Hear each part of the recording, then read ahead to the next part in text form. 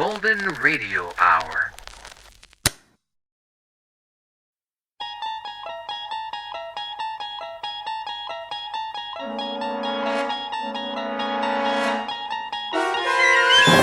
You're traveling through another dimension. A dimension not only of sight and sound, but of mind. A journey into a wondrous land whose boundaries are those of imagination. Your next stop, the Twilight Zone.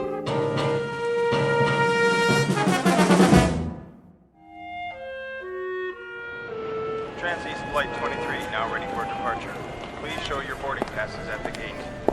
Ross? Morning, Stern. Gonna be a cold one. Oh, yeah. Ice on the wings all day. Got your long johns on? You bet.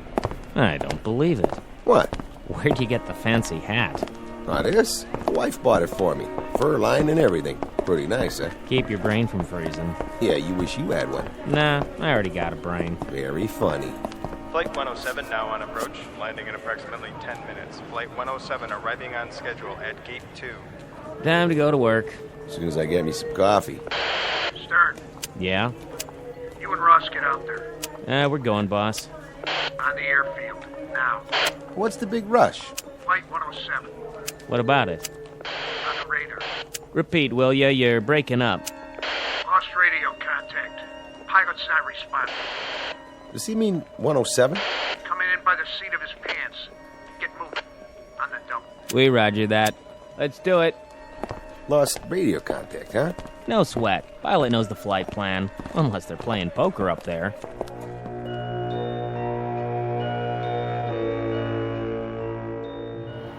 Here she comes. Lined up perfect.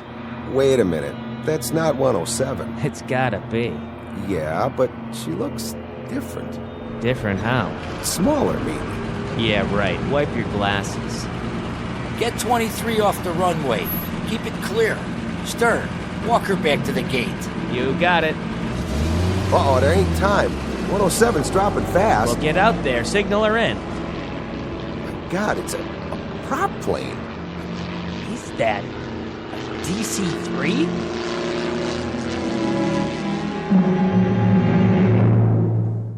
Mr. Stern is correct. What is about to touch down is a DC-3. Despite the loss of radio contact, not an eventful arrival, which is no surprise. Most airplanes take off and land as per schedule. Very seldom do they crash. But all airplanes can be counted on to do one or the other. It is only on rare occasions that this workhorse hasn't reached its destination at the appointed time. Others like it have flown millions of miles with millions of satisfied passengers. We offer a rather detailed introduction because this DC-3 doesn't belong here. It is an anachronism. You see, DC-3s ceased operating as commercial passenger carriers a number of years ago to be replaced by more modern designs with jet engines. So where did this ancient example come from? It is an enigma, a 7-ton puzzle made out of aluminum and steel and a few thousand component parts, none of which add up to a satisfactory answer. In just a moment, we're going to give you 90% of the jigsaw. You and the Federal Aviation Agency will assume the problem of finding the missing pieces and putting them all together. This we offer as a tantalizing brain teaser, a little extracurricular diversion, flown in directly from the Twilight Zone.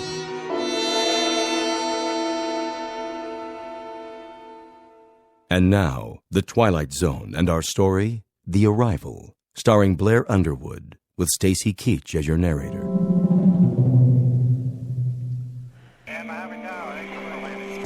Flight 51, you are not cleared for landing. Repeat, not cleared for landing. Low on fuel. Please advise. Transeast 13, maintain holding pattern. Await further instructions. What's going on down there? Clearance to land temporarily denied. Tower, I see an aircraft off starboard at 3,000 feet. Can you identify? Stay above it. Continue circling. I have 250 passengers on board. Will someone please tell me what is going on? Flight 107's on approach. Here it is on the screen. So? You have her flight plan? You've lost radio contact. She's not responding. Then give her plenty of room. Keep scanning all frequencies. I've done that, sir. The pilot can't hear us. Or he's passed out. Do you have a visual? Not yet. She's dropping fast. lined up and coming in. She almost clipped a 737. And he says... Well? He says it's not a Trans-East plane. What? The pilot says it's... Look out the window. Let me see what kind of... That's not Flight 107. What the? Must be from an air show. I don't believe it. Neither do I. What the heck is that? That, son, is a DC-3. Here it comes. He's gonna make it. Oh, you better. She's down. Perfect 3 points. Tell the trucks to back off. We don't need them. Look at that, right on the mark. Get the ramp in place. We don't have a ramp to fit that. Use the ladder. Over here. I got it. Hold it steady. Right. Okay, you can open up. What are they doing in there? I better give him a hand. Watch your step. Hey, inside, let's go. How about it? You need a can opener? Hey, are they asleep or what? Must be dead. Hello, DC-3. Use the manual latch. It's a real antique. That's no antique. It's as shiny as the day it was made. Let me off this cart. Huh? I don't see any crew, sir. Ross, get the cargo hold open. Right. Go on in, Stern. Yes, sir.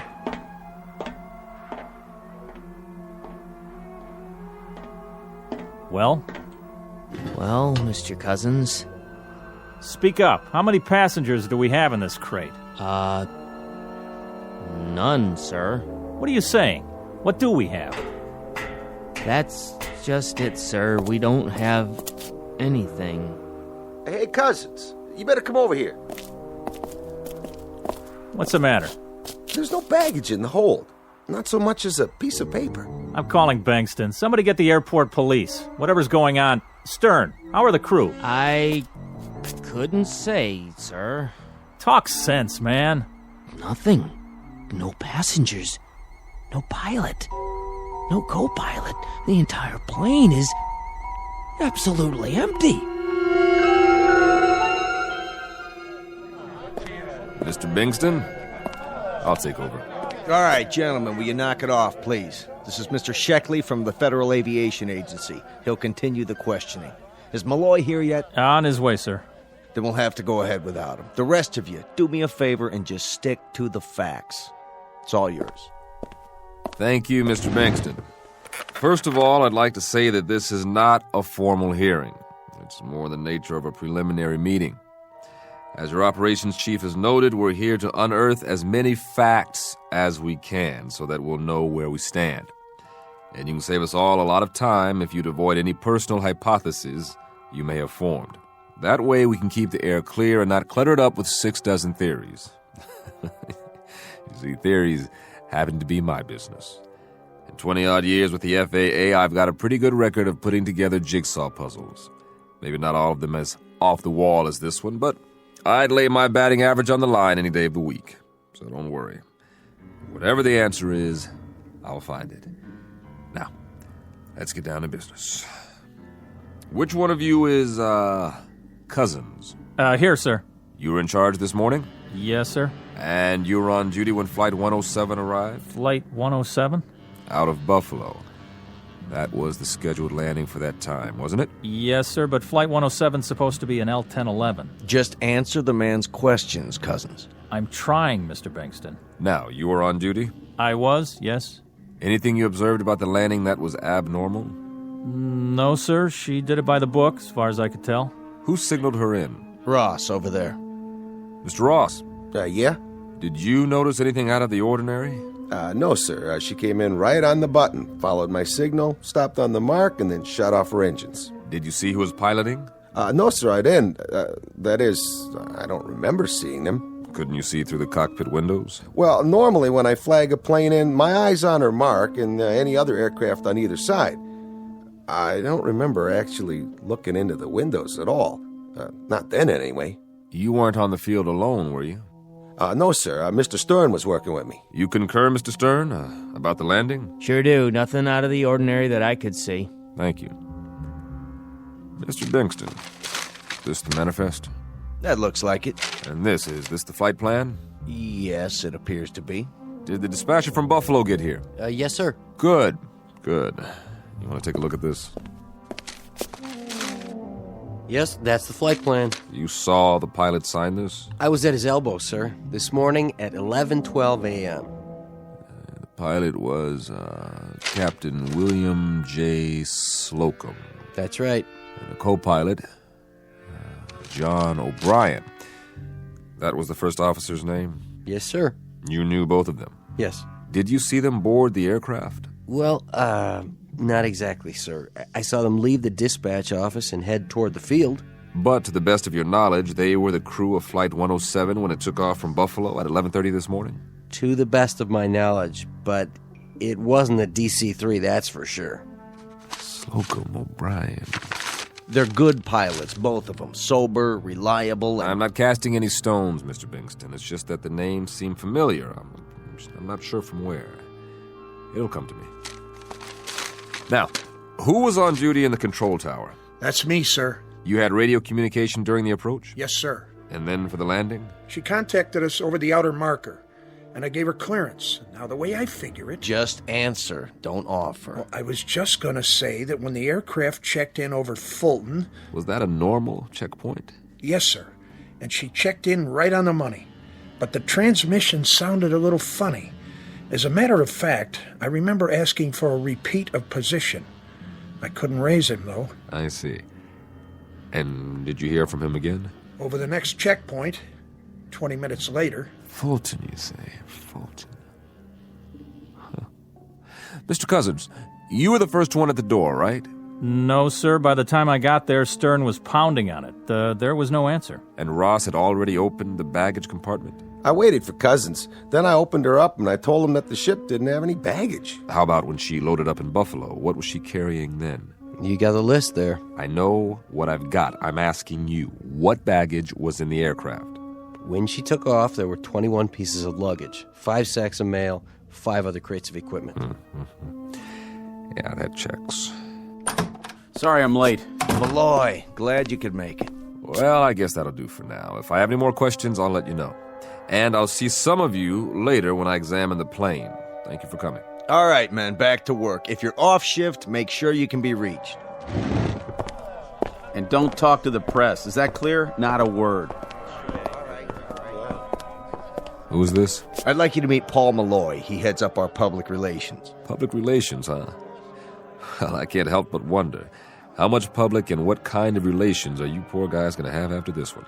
I'll handle it as well as I can under the circumstances. Frankly, I haven't decided what to tell the public yet. I'll tell you something. Relax. I've got 22 years in the saddle, and I haven't been licked yet. Sometimes the investigation takes a while. A couple of tons of smashed up metal spread over 50 square miles of countryside, and all it turns out to be is a misplaced air scoop, or maybe a loose bolt in an elevator hinge, or once in a blue moon, it's a pilot who got sick. But it's always something. And that something eventually shows up. You're talking about crashed aircraft. We're talking about a disappearing act here. Don't forget a switched plane. Like some kind of Las Vegas magic act. Look, you don't have to tell me that. I don't know what the wire services are going to make of it, but I've got to tell them something. And I hope you can give me a place to start. Because none of this could have happened. An airliner takes off with a full crew and 13 passengers. At least some kind of airliner does. And it lands an hour later with nobody. This is simply not within the realm of possibility. Mr. Malloy, I have to hand it to you. You're dead right. But the truth is, it's happened. I deal in facts, not probabilities. But it can't have happened.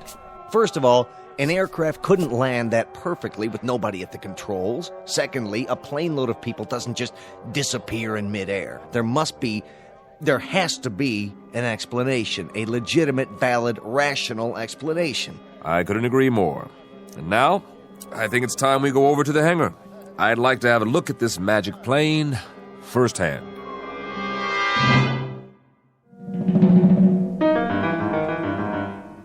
Yeah, that should do it. Thanks for showing me around, Mr. Cousins. Before you go, Mr. Ross here wants to tell you what he thinks happened. I don't think that's necessary. No, I'd like to hear it. He was on the scene. What do you have to say, Mr. Ross? Well, the way I see it, there's only one explanation. Just for a gag, these 13 people had parachutes. They kept them in the baggage compartment. That's why there wasn't any luggage. And someplace between here and Buffalo, they jumped out, like D.B. Sweeney. That's brilliant. And what happened to the pilots, Mr. Ross? I suppose that part of it's elementary. Maybe they hid in the restroom, then sneaked out of the plane after we left. Oh, please. You're imaginative, Mr. Ross. I'll give you that. What if? What if what, Stern? Nothing. Truth is, it beats me. I'll tell you something else, though. I still feel spooked. Standing here, I felt spooked even worse when I was inside. Just a whole bunch of empty blue seats staring at me. Look, boys, we've been theorizing for 6 solid hours. Now, I'm just a simple-minded vice president in charge of a medium-sized airport. I've got a passel of newsmen hounding me to death, wanting to know what kind of operation we're running up here. Tell them to keep their shirts on. That's what you should be telling them. Or a reasonable facsimile of an explanation. That's what I hired you for, Malloy. Then you better hire me another head and a couple of sets of arms, because I haven't been off the phone all day. I've had every news service, television network, and even a couple of professional mind readers trying to find out what's the great big mystery we're keeping under wraps. You know how long I can sit on this, Bankston? Maybe another 15 minutes. Then it's going to break open with a bang, and we're going to stand here with rotten eggs all over our faces while Mr. Sheckley's FAA takes our license away from us. Incompetence, mental instability, you name it, and you can have it. This passenger manifest. What about it? You've checked out every name? I have not. That's all I need now, to have a small army of relatives from upstate New York clutching at my lapels and asking for a definitive statement as to where their loved ones are. How many calls have you had? None so far. You mean to say you haven't had any inquiries yet? Not a single one? It is strange, isn't it? Not a single inquiry from the families. The plane only arrived 6 hours ago. Maybe they haven't had time to miss their... But I'm kidding myself. Of course some of them would have made an inquiry by now. Those who weren't already waiting at the gate. There goes that old feeling. What feeling? The one I get when I'm on to something. Trouble is, I don't quite know what it means yet. The names on this passenger manifest, they're familiar. You've seen them before? I'm not sure. Let me have another look at the inside of this plane. Sure, but why? I want to check it out. One more time. Watch your step. That ladder's tricky. What's he expect to find in there that he didn't see before? Something along the lines of a clue, I would hope. This is a waste of time. We've got to issue some kind of statement before we become a laughingstock. Ross. Yeah? What was it you said? Oh, for the love of... Why don't we just bring in a psychic? You mean about the pilot's hiding out? No, something else. Correct me if I'm wrong, but you said you looked inside the plane when it landed and you saw blue seats. That was me. I was the first one in. Right. Mr. Stern, I just walked up the aisle and back again. They are blue. What kind of nonsense is this? An hour ago, when I first examined the interior of this aircraft, the seats were brown. Haven't we got enough trouble without you two starting an argument about interior decoration? Hey, wait a minute. Where's the serial number on this plane? On the wing, of course, just as it was the first time you looked. You see a number on the wing now? Of course I do. Read it off to me. N153802. You're sure? I think I can read numbers that large. Yeah. Can you read this? The notes I took when we got to the hangar. Take a look. N107793.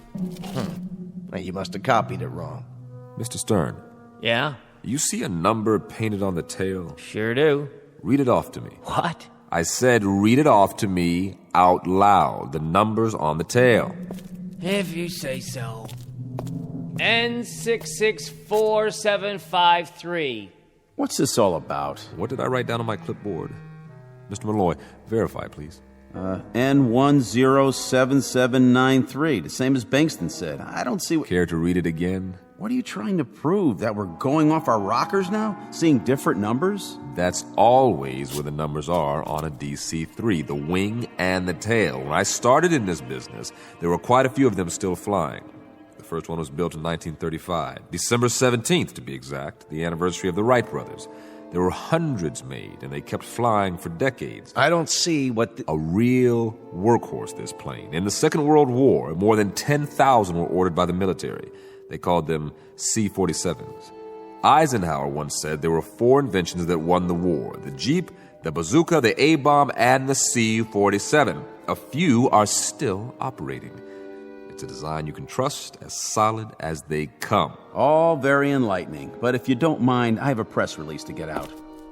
Hold on, Mr. Malloy. You wouldn't want to miss this. What? Gentlemen, I believe I've finally come up with a theory that fits the facts. Unfortunately, there's only one way I can prove or disprove it. Why, unfortunately? Do you have someone who knows how to start this plane? Certainly any one of my mechanics, but Would you call him over? Now, Bingston. Miller! Sir? Get over here. I don't see what this... With any luck, we'll all see one way or another. I'm sorry to say that what I'm about to do places me in considerable jeopardy. I hope I'm right. If I'm not, please make sure my wife is notified, will you, Bingston?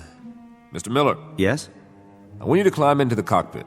Sir? Then, on my signal, start one of the engines. If you say so. For what possible reason? I'll assume full responsibility. Now, everyone stand as far back as you can. If I'm right, you're about to see something you never imagined possible. And if you're wrong? Then you'll see something none of you will ever forget. Before you begin this experiment of yours, I think we deserve some sort of explanation. All right. Is everyone here familiar with DC-3s? Why, of course we are. It was the plane that made commercial air travel possible. Correct. And your mechanics, your personnel, they've all seen them, worked on them? Your point is? Just this. What do you know about the power of suggestion? What are you driving at, Mr. Sheckley? Suggestion on a large scale involving everyone here and on the airport staff. Now, call it mass hallucination, group hypnosis, whatever you want. But I think that's what we're dealing with now. I thought you deal only in facts. I do, including facts, not in evidence. Look at the situation. An L-1011 takes off from Buffalo.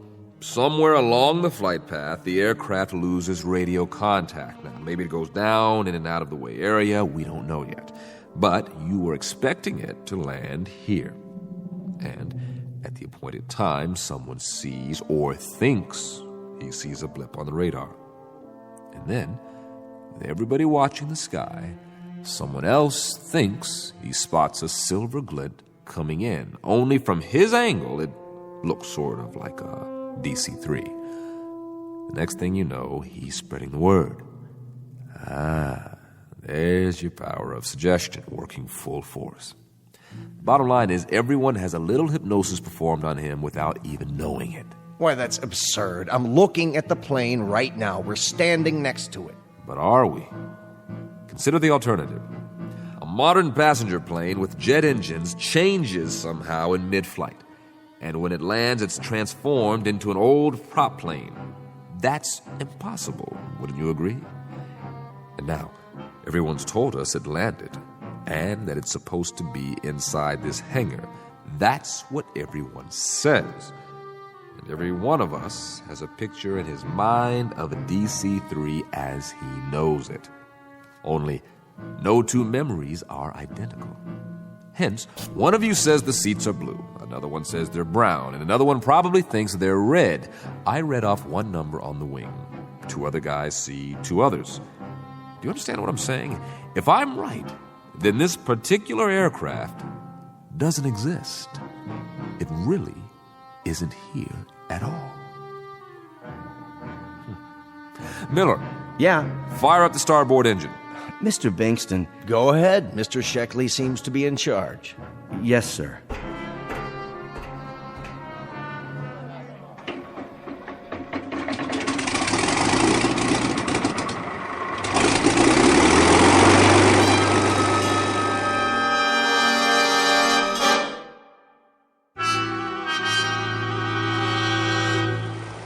This is crazy. You're trying to tell us that this is an illusion? Well, I've got a news flash for you. It's as real as I am. You can feel it. You can touch it. In that case, one of 2 things will happen. Either I'm about to prove to you that you're wrong, or I'm wrong. Dead wrong. If this plane is a product of our collective imaginations, then so are the engines, and so are these propellers. If I stick my hand through them, nothing's going to happen. But if my theory is for the birds and these props are real, then remember what I said, will you? Break it to my wife gently. Ready? Wait, Sheckley, let's talk this over. We can talk later. He can't be serious. Aren't you going to stop him? I can't give orders to the FAA. Rev it up.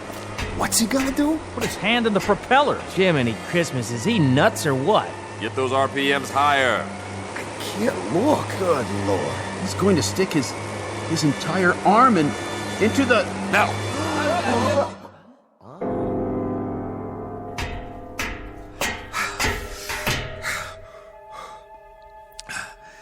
You see, gentlemen, I believe I've proven my point. Are you okay? Careful. Here, I'll help you down. I'm fine. Still got two hands. A little shaky, but they're both attached. How'd you do that? I don't get it. Where's the plane? Well, it's simple, really. A little melodramatic, perhaps, but it was just as I thought. The plane was a kind of projection all along from our imaginations, our subconscious minds. You might say we believed it into existence. I could have sworn that... Yes, you could have. And why not? You've seen DC-3s before? Plenty of them, but... So, when everybody told you one was here, you saw it. Clear as can be. We all did. Now, if you don't mind, I think I'd like some fresh air. What'd it feel like? Like nothing at all, because that's what was there. Nothing. So you felt nothing because you didn't expect to. Something like that. But you expected to see us, so you still can? Just like the world outside this hangar. That's plenty real for me. Well, it's reassuring to know that my airport still exists. You don't need to stay with me, fellas. I can handle it from here. What are you going to write in your report? I'll think of something. I only hope it doesn't get me thrown into the booby hatch. We'll go back to my office and work out a statement. Mr. Cousins? Yes, sir? Take a walk through operations. Don't talk about what just happened. If anyone mentions a DC-3, laugh it off. Right. Deny. Will do, sir. Good man. No, I have a first-rate staff. You're referring to one man specifically? Your second in command. What's his name? I don't know who you mean. I have it here. Cousins. You spoke to Cousins? He was very cooperative. I'd like to make mention of him and... You can't have spoken to Cousins. I gave him the rest of the day off. No, that man ahead of us. Where? Well, he must be out of the hangar by now. As for the other two, Ross and Stern, they witnessed my little demonstration. I wouldn't recommend they talk to the press. You'll debrief them, Malloy? Who? I guess they stayed behind with the man who started the engine. The engine? How soon we forget. But that's for the best, I suppose. So now you've seen our main hangar. Tell me, Mr. Sheckley, what brings you to our facility today? Just passing through, or is it an official visit? You may have the right idea, to put it out of our minds. But there is one small matter. The FAA, if I can work out a version that jives with Mr. Malloy's... Malloy, did you say? Well, he's right over... Where? The one who was walking next to you. I don't see anyone.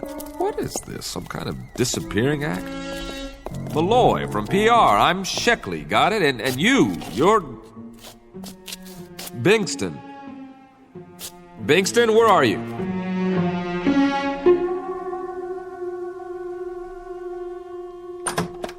May I help you? Where's Bingston? Mr. Bankston's in his office, but you can't go in without... What? Bingston, what happened to you? What happened to everybody? And you would be... Don't give me that. Oh, yes. Sheckley, isn't it? From the FAA. I think I remember you. We've met before. Is this a gag? Have a seat. Is there a problem? Problem? Are you kidding? One minute there's a hangar full of men and an aircraft, and the next minute I prove that not only doesn't the aircraft exist, but... I don't follow. What doesn't exist? But that all of the rest of it, all of you... Are you sick, Sheckley, or drunk? You don't look very good. Sit down, man. Where's Malloy? Still in his office, I presume. then you'd better call him in here. He's got a few things to answer to, just like the rest of you. Kimberly. Sorry about that man, sir. Should I call security? That won't be necessary. Ask Malloy to come to my office, will you, if he hasn't gone home for the night? Yes, sir. We've had a busy day here, Mr. Sheckley, but my PR man handled it admirably. The evening paper just arrived. Let me see that. Lovely Hollywood star Penny Jackson arrived from Buffalo this morning on tour to promote her latest film. What is this? Malloy coordinated everything. Photographers, reporters. Quite a scene we had here. I was just on my way out. Who's this? Who am I? What is this? How could they have taken this picture? The flight from Buffalo this morning. How could they say it landed when... When what? You know this guy? Mr. Sheckley, this is Paul Malloy, our public relations man. I know who he is. What in God's name is going on here? Maybe you better tell us. What's so odd about a picture on the front page of the local paper? What's so odd? That has to be Flight 107, Bingston. Didn't that flight arrive this morning with nobody on it? No crew, no passengers, no baggage? No, Mr. Sheckley. Flight 107 landed on schedule. You mean to stand there and tell me you are not missing an aircraft? That's exactly what he's telling you, mister. We're not missing Trans-East 107 or any other flight. How could that be? You never missed Flight 107. That's right. At least not recently. You of all people should know that, Sheckley. Know what? You're confusing the two. I remember now.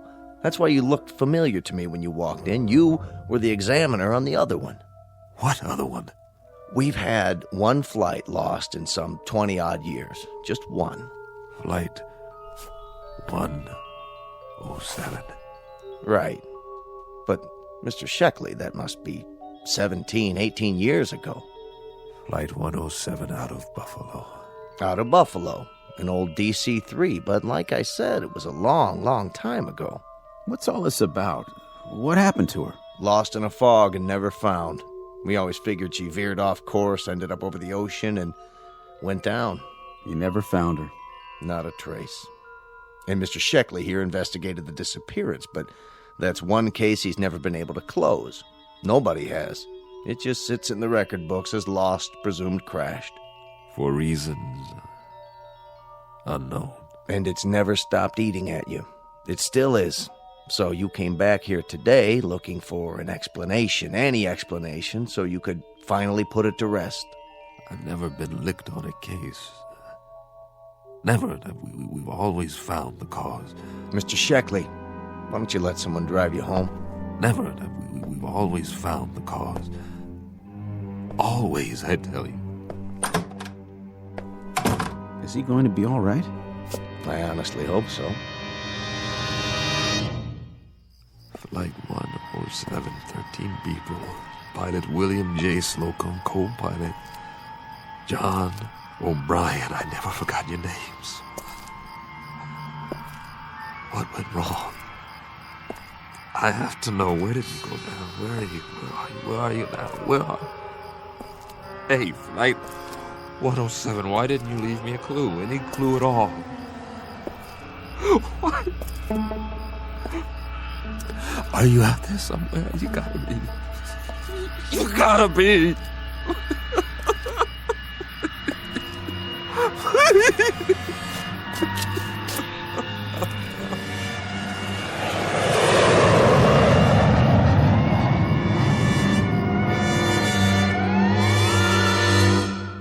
For those in need of an explanation, there's always the obvious one. Simply that of a man with an Achilles heel. A mystery that once landed in his life and robbed him of his peace. A perpetually missing aircraft that disappeared with no clues, leaving an unanswered question in Mr. Sheckley's neatly ordered world. A heavy burden to carry through the years, made up of one part enigma and one part the knowledge of his own failure. Until it ultimately took the form of an illusion. At least that's the clinical answer, the one they'll write on his case file as he goes off for a well-deserved rest. Or consider this. Maybe, just maybe, a plane did touch down, however briefly, before it disappeared again. A kind of airborne Flying Dutchman. A ghost ship lost in a fog-shrouded night. on a flight that never ends. Take your pick, but the latter is more conducive to the rules and regulations of the Twilight Zone.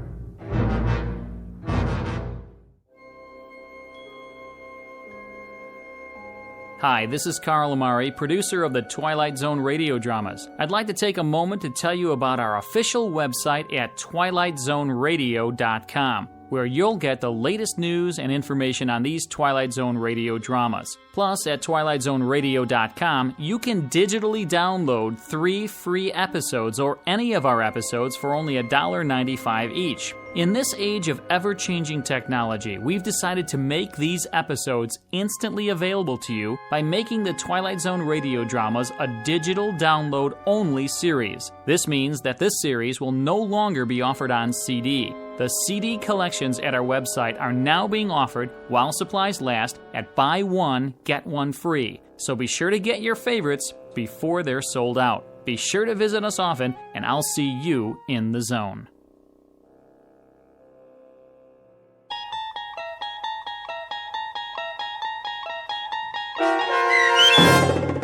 The Arrival, starring Blair Underwood, with Stacy Keach as your narrator, was adapted for radio by Dennis Etchison and written for The Twilight Zone by Rod Serling.